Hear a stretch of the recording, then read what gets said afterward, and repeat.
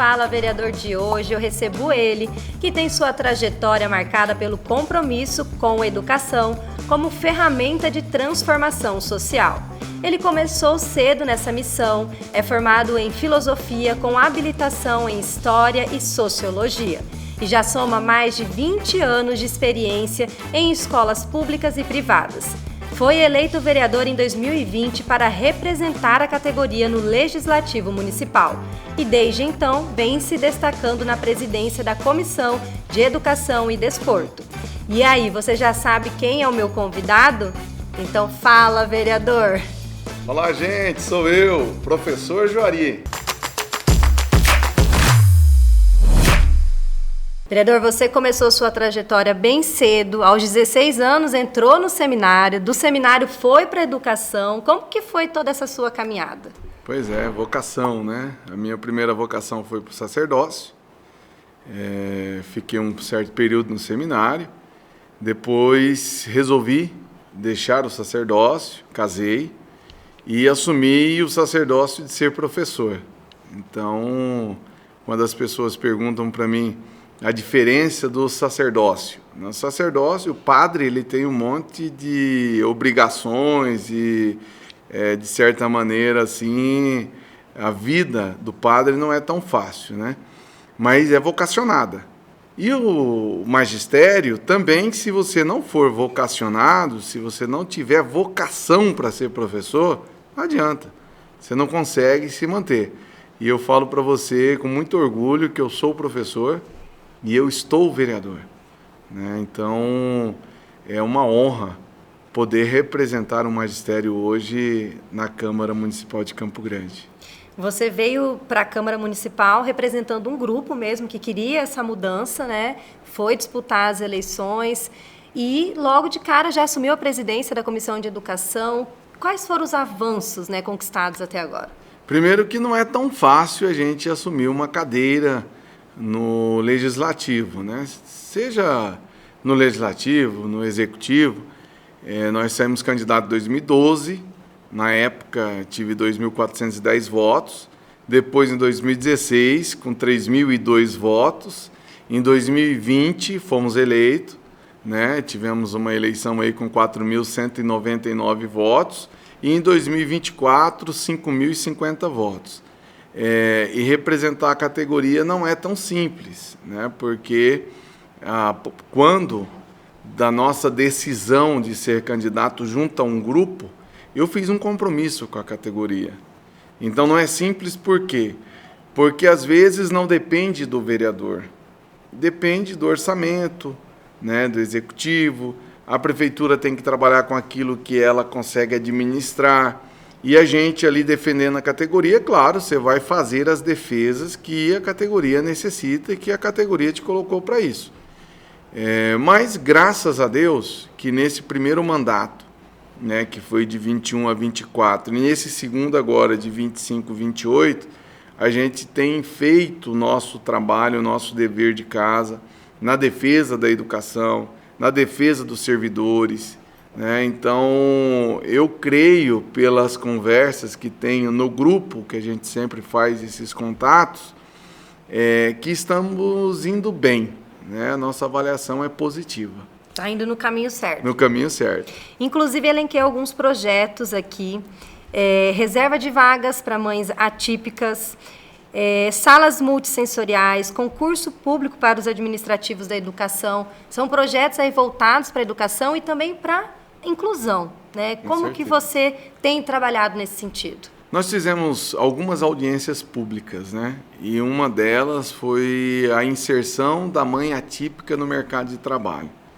E, coincidentemente, nós fizemos a audiência na segunda-feira. Na terça-feira, nós tivemos a reformulação do print. E aí tivemos uma sacada na segunda, no dia da audiência, de incluir essas mães atípicas num percentual do print, né, nesse programa de empregabilidade. Então, nós conseguimos colocar 3% de reserva de vagas para essas mães. Porque o mercado hoje, a gente entende, o empresário, quando ele contrata, ele quer produtividade, ele vive disso, é normal. Mas a mãe atípica, e aí nós tivemos contato com várias mães atípicas, elas são profissionais, inclusive uma jornalista, uma colega nossa, jornalista, que tem uma experiência, trabalhou em vários lugares em Campo Grande. Depois do nascimento do filho, né, ela parou toda a vida dela. Então, se uma empresa tiver um incentivo do executivo, numa isenção fiscal, por exemplo, de ISS, de IPTU, né, abrindo, a gente fala que é transformando impostos em emprego. O executivo faz o gesto para a empresa, diminuindo os impostos. E a empresa faz o gesto para o executivo, empregando, né? Então, nessa audiência pública, a gente fez isso como encaminhamento. O primeiro encaminhamento, a reserva de vagas do print, fizemos já na terça-feira, um dia depois. E o segundo encaminhamento, foram vários, mas esses os principais, a gente vai estar mostrando para o executivo a importância de incluir essas mães, porque tem que ter flexibilização de horário, né? Elas podem fazer um trabalho de home, né, tranquilamente, tem muitas profissionais ótimas, né, que conseguem fazer o trabalho em casa. O empregador tem que ter ciência, inclusive o poder público, de que essa mãe pode estar no trabalho, de repente recebe uma ligação da escola, que o filho está ali num surto, e às vezes só a mãe que consegue tirar esse filho do surto. Então o empregador ele tem que ter essa habilidade e esse conhecimento, né? Então, assim, um projeto muito interessante, que as pessoas que acompanharam, né, o desenrolar da audiência pública, tanto antes quanto depois, tem elogiado bastante. Aqui você falou das salas multissensoriais, um outro projeto também importantíssimo de inclusão e de educação. A gente fala que é na saúde, mas quem tem um filho com autismo sabe o quão importante é uma sala multissensorial. Nessa sala multissensorial você tem adaptação de luzes, de som, você vai acalmar essa criança, esse adolescente, que chega num ambiente que tem ruído, som alto, gritos, né? Às vezes pode até encontrar um vereador com o celular filmando e fazendo barraco, né? Triste isso, mas é uma realidade que infelizmente não só Campo Grande tem passado, né? Mas isso é uma onda midiática negativa, né? Então, se ela tem uma sala multissensorial, ela vai se acalmar. O médico, ao invés de atender no consultório, ele pode se dirigir até a sala multissensorial. Então, assim, são projetos nossos e nós destinamos um valor e é baratinho. Hoje, uma sala multissensorial, você gasta a média de R$20 mil para você deixar ela pronta. Então, nós mandamos 140 mil das nossas emendas de saúde e vamos deixar prontas 7 salas multissensoriais. E levei esse projeto para o executivo. A prefeita elogiou e disse que, graças a esse projeto que ela viu, ela quer deixar isso em todas as unidades de saúde de Campo Grande, porque é um projeto barato e que atende a inclusão no nosso município. Vereador, e também a gente tem um outro projeto seu, que é o UP, União pela Inclusão, que é nessa mesma linha que você está trabalhando a questão da acessibilidade. Por que você é tão ligado a essa causa? É essa vivência também de dentro de sala de aula? Como que surgiu essa motivação que te levou a defender essa pauta? Quando eu comecei no magistério, nós tínhamos alguns alunos com perfil de ter autismo. Na época foi o período da dislexia, né? Então, muita gente falando sobre alguns transtornos, mas nós não tínhamos um estudo próprio para isso. Isso me deixava muito inquieto. E com o passar do tempo, a gente foi percebendo, né, com os neuropsicólogos, psiquiatras, psicólogos, enfim, psicopedagogos, eles foram entendendo que, na verdade, isso era um transtorno e que deveria ser tratado. E, no primeiro momento, parecia que a formação para os professores era algo muito distante. Foi se passando o tempo e as pessoas foram entendendo que o mercado de trabalho, que as relações, elas têm que se dar com essa adaptação. Entender que, colocar 2, 3, 4, 5 crianças separadas, isso não é inclusão. Então, a LBI, ela deixa muito claro isso, né? Que incluir é colocar na sala de aula para que essa criança possa conviver, para que essa criança possa se interar. A mudança, inclusive, porque ela cria um vínculo de AEI, de AP, né? Às vezes o pai fica bravo, meu filho estava tão acostumado com a DAI e de repente veio a Maria. Não, tudo bem, mas isso já faz parte da inclusão. É importante que essa criança tenha contato com várias pessoas para ela entender o contexto de inclusão. E o UP nasce num momento muito triste. Eu e a Daniela, que é minha chefe de gabinete, nós atendemos uma mãe que depois, coincidentemente, eu contando o fato em uma reunião, a mãe levanta a mão e fala, sou eu. E eu nem imaginava que essa mãe estava numa reunião na casa da Bruna, né, que é minha assessora.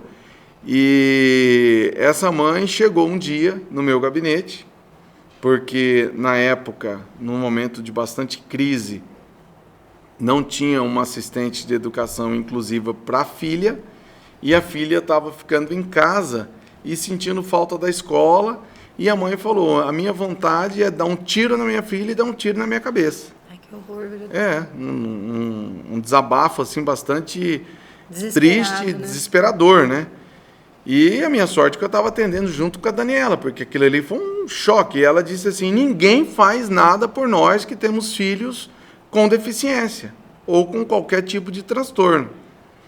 E eu, enquanto parlamentar, aquilo foi um choque. Eu falei, gente, o que eu estou fazendo aqui? Eu tenho que fazer alguma coisa, né?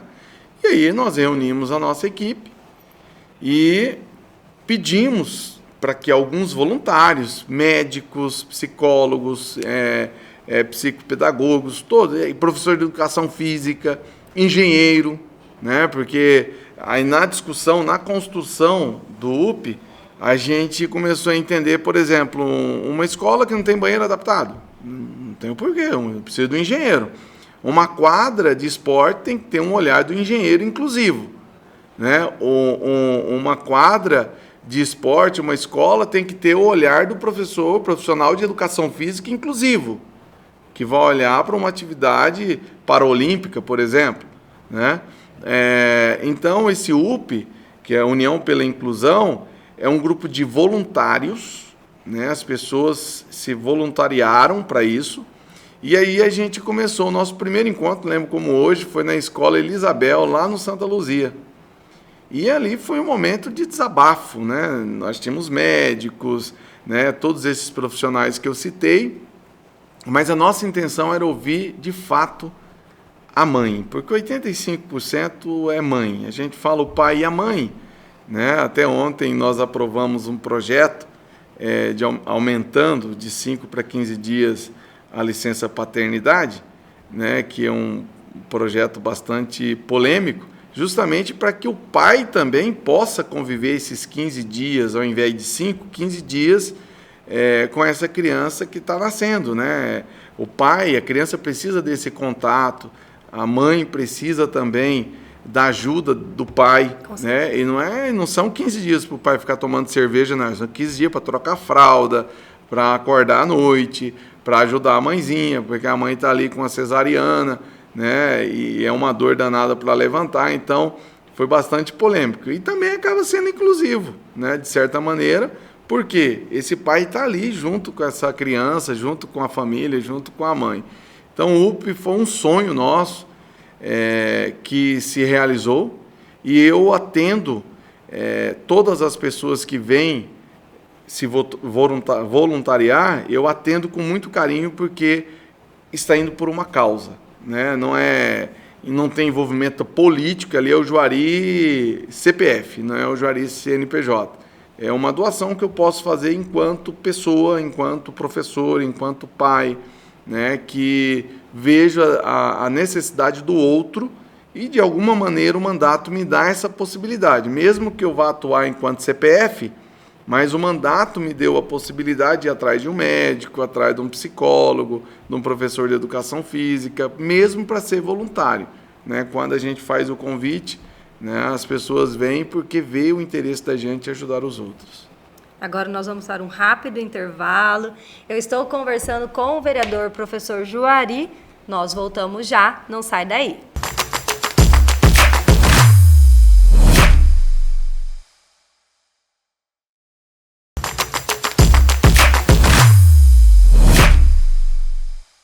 Voltamos com o programa Fala Vereador. Eu estou conversando com o vereador professor Juari. Voltando agora para a pauta da educação. Um dos seus compromissos é ampliar as escolas em tempo integral, né? O que isso impactaria, em especial essas regiões de mais vulnerabilidade? Como que isso se tornaria positivo para a nossa população? Na verdade, a meta 6 do Plano Municipal de Educação, que vence esse ano, agora já estamos discutindo o próximo decênio, ela estabelece esse percentual de escola de tempo integral. Quando eu invisto em escola de tempo integral, eu estou melhorando a saúde, estou melhorando a assistência social, estou também fortalecendo a segurança pública. Por quê? Um aluno escola integral, em tempo integral, ele passa os 2 períodos. Ao invés de ele estar na praça no período contrário, se ele estuda de manhã, ao invés de jogar bola numa praça, sem a orientação do pai, por exemplo, sem a companhia do pai ou da mãe ou do responsável, ele está na escola. Ele está fazendo uma atividade orientada, ele está fazendo teatro, né? Alguma coisa ele está fazendo orientado dentro da escola. Então, esse aluno está seguro. Então, nós estamos fortalecendo tanto conhecimento quanto também menos gasto na segurança pública. Se esse aluno está dentro da escola e ele tem alimentação no período da manhã, e se ele tem um almoço, se ele tem um lanche da tarde, se essa criança ou se esse adolescente tem uma situação de vulnerabilidade, pelo menos a criança ou esse adolescente está salvaguardado. Ou seja, nós estamos cumprindo dentro daquilo que estabelece a justiça social. Então, a educação ela está conectada com todas as políticas públicas. Quando eu tenho um aluno, um projeto nosso agora recente, que já temos, inclusive, o recurso no Estado, o senador Nelsinho já mandou esse dinheiro para o Estado, só estamos esperando o Estado mandar para a Prefeitura, que é o mutirão oftalmológico. Esse mutirão vai parar a carreta em frente da escola, a criança vai ser atendida, identificou a deficiência, vai ganhar um óculos. Se tiver, né, condições financeiras, a gente encaminha para o pai. Se é uma criança que tem uma baixa renda, o próprio mutirão, dentro do orçamento do senador, vai pagar o óculos dessa criança baixa renda. Então, você vê que envolve educação, envolve saúde e assistência social. A regra é muito simples. Uma educação de tempo integral bem aplicada, você melhora a cognição, você melhora a proficiência do aluno em língua portuguesa e matemática, você faz uma inserção desse aluno, porque ele, tendo todo esse aparato cognitivo, ele vai conseguir, uma vez indo para o ensino médio, que já é obrigação do Estado, continua com tempo integral, porque o Estado hoje tem 62% das escolas do Estado são de tempo integral. É um aluno que vai chegar lá no Enem, no Exame Nacional do Ensino Médio, preparado para concorrer com a escola privada. Você está incluindo esse aluno para disputar uma vaga de medicina, uma vaga de direito, de engenharia, que são os cursos hoje mais procurados e que, infelizmente, aquele aluno que não tem esse atendimento da rede pública, ele não concorre de igual para igual. É triste isso, né? Então, você começa a investir desde a vaga na EMEI, nas creches. Quando você tem uma educação infantil bem feita, quando você vai para o Fundamental 1, Fundamental 2 e ensino médio, você entrega um cidadão ali com 17, 18 anos, disputando uma vaga numa universidade pública para justamente contrapor aquilo que é a realidade de Brasil hoje, que o filho do rico estuda na escola privada até o ensino médio e faz faculdade pública. O filho do pobre estuda na escola pública até o ensino médio e para passar numa pública Deus nos dará, né? Aí o cara tem que fazer, às vezes, um FIES, tem que entrar no programa do governo de ProUni, para tentar fazer o terceiro grau, o nível superior. Então, infelizmente, essa é a lógica de Brasil.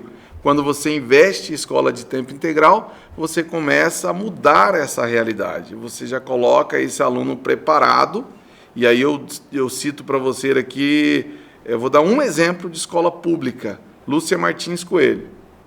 Quem entra naquela escola e entra numa escola particular, eu falo com muita segurança, não tem uma escola particular em Campo Grande tão bonita, tão organizada como a Lúcia Martins, e tantas outras Lúcias que tem. Estou dando um exemplo de uma escola, até a quadra de esporte é emborrachada, né? Tem uma borracha na quadra que o aluno cai e não machuca, né? Ao invés de ser aquele piso duro, aquela coisa, né, que provoca lesão. Então, assim, se você prepara esse aluno da educação infantil ao ensino médio, você coloca ele de igual para concorrer no Exame Nacional do Ensino Médio. Isso que eu ia falar, é que traz essa igualdade, né? Com certeza. Vereador, você também defende essa garantia de vagas nas EMEIs para todas as crianças. Hoje a gente sabe que existe aí um número alto, né, em relação a essas crianças que estão fora, que não têm essa vaga.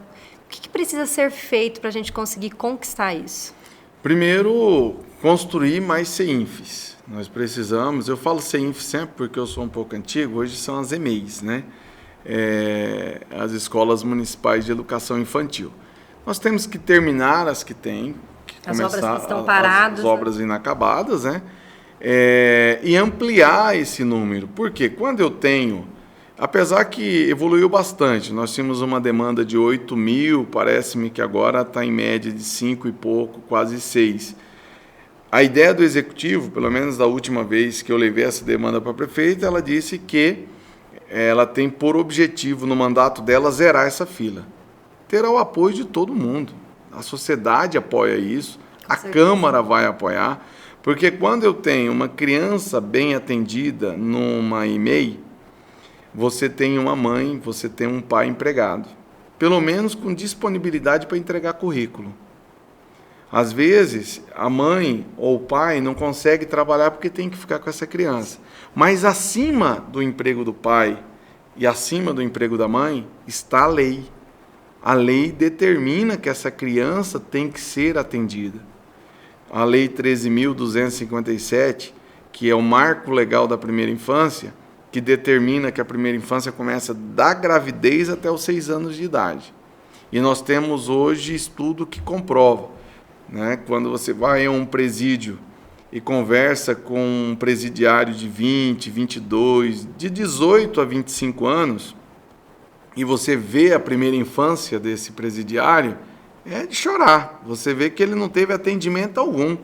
Já começou ali a sua primeira infância, a gravidez, às vezes ele não sabe nem quem é o pai, né? Ou às vezes estava grávida a mãe e o pai foi preso, já tem um trauma ali, né?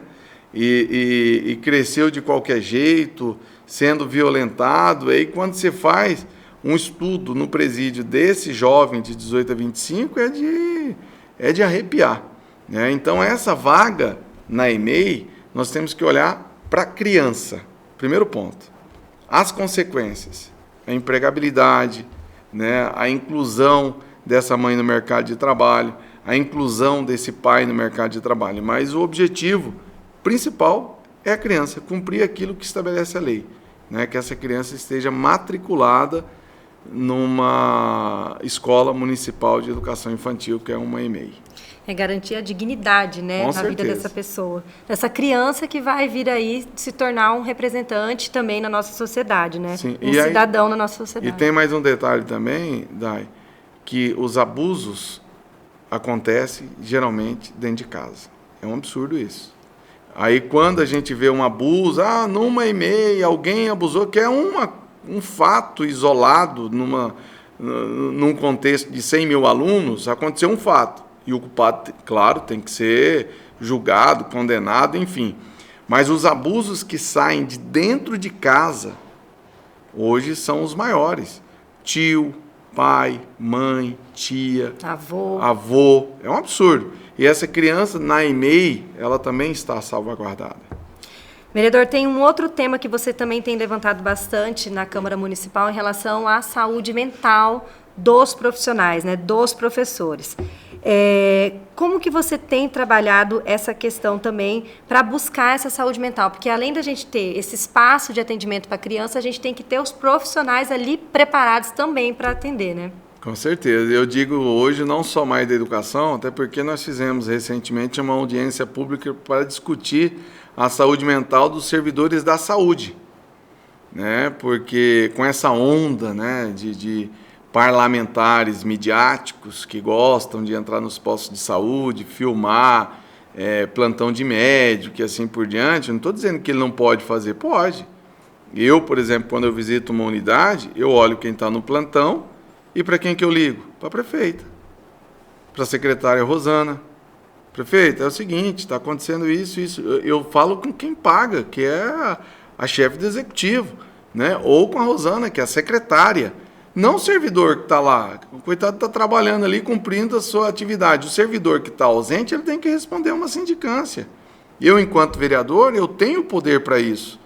De pedir para o executivo abrir uma sindicância, que eu cheguei numa unidade e o plantão era da Dai, da Maria e da Joana.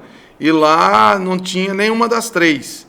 Então, eu posso formular, sim, uma denúncia, protocolo no Ministério Público, passo para a secretária Rosana, passo para a prefeita. Agora eu chego lá com uma câmera filmando e expondo o servidor, eu não estou contribuindo, eu estou deixando aquele servidor doente, né? Então, o servidor da educação precisa, sim, né, de um atendimento. A saúde mental ela é primordial. A minha aula ela vai render se eu estiver bem.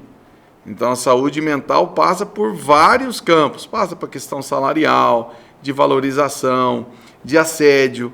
Imagina você trabalhar num ambiente com assédio moral, com assédio sexual. Quantos assédios, quantos BOs que a gente vê de servidores que mandam no meu WhatsApp. Né? E eu tenho essa liberdade porque meu telefone, meu número é meio que público, né?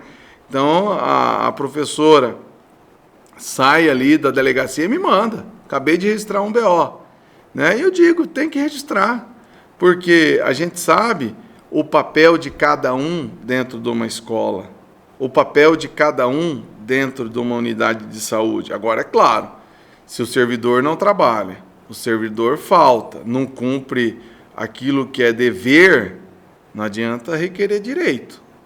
O diretor tem a obrigação de canetar mesmo. O cara não está indo. O cara faltou com respeito com o aluno, com o pai de aluno. Então, cada um na sua função. Agora, se o professor, se o administrativo está fazendo o seu papel e a sua chefia imediata está assediando moralmente ou sexualmente, aí sim, tem que se tomar as decisões necessárias ali, né, as ações necessárias, porque isso pode provocar um problema mental, uma saúde, compromete a saúde mental desse servidor. E como que você tem mantido o seu relacionamento com a comunidade? Muito boa, eu visito, né, às vezes as pessoas até espantam, falam, mas você vem aqui? Vou, mas esse é meu papel, né? Claro que nós estamos numa cidade de 1 milhão de habitantes. Se eu fosse visitar todo mundo que solicita visita, não vai dar tempo. Eu passaria os 365 dias tentando visitar, né, fazendo aí a média de 3, 4 visitas por dia, eu não vou visitar nem 0,2% da população de Campo Grande. Mas algumas visitas pontuais, né, as lideranças, tem muitos projetos nossos aí, que é a oportunidade do vereador ir para ouvir e levar para o executivo. A gente sempre faz isso. Inclusive, tem uma outra proposta sua em relação a modernizar os terminais de ônibus. Como que funcionaria isso na prática? Nós temos um apego àquilo que não é nosso, né? Então, algumas pessoas falam, mas Juari, você propôs terceirizar o terminal de ônibus? Sim. Imagina você chegar num terminal de ônibus que tem um espaço para você sentar, tem um ambiente da FUNSAT divulgando nos telões as vagas de emprego. Você chega ali, tem um espaço da cultura para dizer, esses são os pontos aqui turísticos de Campo Grande. Você terceiriza uma lanchonete. A pessoa chega ali, ela pode fazer uma refeição, ela pode almoçar, ela pode jantar, ela pode comer um lanche. Você entra num banheiro cheiroso, um banheiro limpo, né, para fazer as suas necessidades, escovar um dente, enfim. É um ambiente que, se você terceiriza, fica um ambiente agradável. Hoje, quando você vai num terminal de ônibus, é vergonhoso. É vergonhoso, né? Você não tem esse ambiente propício. Então, o nosso projeto é para que o executivo faça as PPPs, parceria público-privada. E isso não vai incidir no valor do passe de ônibus. Isso aí é uma administração, porque hoje ela é uma administração da prefeitura, né? Quando você cobra a prefeitura às vezes fala, mas o consórcio que tinha que tocar. Aí você vai no consórcio, o consórcio fala, não, mas a obrigação é da prefeitura. Então você não sabe ao certo de quem de fato é a obrigação. Se você terceiriza, né, pode fazer uma terceirização ampla de pontos de ônibus, né? Eu olho muito Curitiba, né? Você chega em Curitiba, você tem ali aqueles tubos com Wi-Fi, né? Um tubo com ar-condicionado, coberto. Aqui em Campo Grande ainda tem o pauzinho laranja, né? Em alguns lugares tem um pauzinho laranja. Então nós temos que modernizar a mobilidade urbana de Campo Grande. E o terminal passa pelo quesito da mobilidade. Quando eu fui para Curitiba, eu fui lá para ver, você acredita? Olha aí. Porque tanto que falavam, né, que é tão lindo, realmente, parece um ponto turístico. Com certeza. Né? É muito bonito mesmo. Agora, para a gente finalizar aqui, não só bonito, né, muito funcional, né, para a população que está ali usando diariamente aquele serviço. Para a gente finalizar aqui o nosso bate-papo, que mensagem que você deixaria para o jovem, né, que quer transformar a sua realidade por meio da educação, por meio da política? Eu acredito que na vida, para tudo, você tem que determinar. A gente percebe que o jovem hoje, ele tem essa dificuldade de estabelecer na sua vida a sua meta. De agora, eu quero chegar em determinado ponto na minha vida. Eu quero ser um médico, eu quero ser um advogado, eu quero ser um professor. E para isso, eu vou estudar. Né? Então, se ele determinar isso, ele vai chegar onde ele quer. Eu determinei na minha vida que eu estudaria, eu estudei. Depois eu determinei que eu seria vereador. E graças a Deus e à determinação, né, porque o universo, quando você joga para o universo essa determinação, ele te ouve. Então o jovem tem que ter foco. E às vezes entristece quando a gente conversa com alguns jovens, eu tenho filhos jovens, né? Quando diz assim, mas eu tenho que curtir a minha vida. É muito melhor você curtir seguro do que curtir agora e depois curtir o quê? O tempo passa. A vida te cobra. A vida te cobra. Né? Eu ainda tenho recordações dos meus 16 anos que você falou de seminário. Parece que foi ontem, eu já estou com 47. Já se passaram aí 30 e eu sou péssimo em matemática, 31 anos. Eu também sou péssima. Né? Então, assim, prepara, foca, né? Determina, bota foco na tua vida e com certeza você vai chegar onde você quer. E para a gente finalizar agora de vez o nosso bate-papo, quais são os canais de comunicação que a população pode ter acesso ao seu mandato? Pode ser via WhatsApp, que é o 67 996 16 5999, ou no @professor Juari. Vai estar lá no nosso Instagram, vai na mensagem ali no direct e fala com a gente. Vereador, muito obrigada pela sua participação, que você continue trabalhando focado pela educação, possa trazer, de fato, essa transformação social aqui no nosso município. Obrigado, estamos à disposição. Obrigada. Esse foi mais um Fala Vereador, espaço dedicado para você conhecer os parlamentares de Campo Grande. Aproveite e acesse o site e as redes sociais da Câmara Municipal e fique por dentro de tudo que rola no Legislativo da capital. E até mais.